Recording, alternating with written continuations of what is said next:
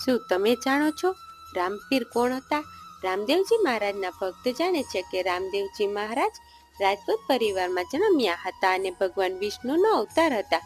મોગલ રાજાઓના ત્રાસથી મુસ્લિમ બનેલા હિન્દુઓ રામદેવજીના પ્રભાવથી ફરીથી હિન્દુ બનવા લાગ્યા હતા.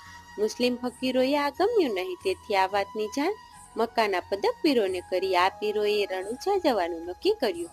જ્યારે આ પાંચેય પીરો રણુજા પહોંચ્યા ત્યારે રામદેવજી મહારાજે તેમને જમવાનું આમંત્રણ આપ્યું.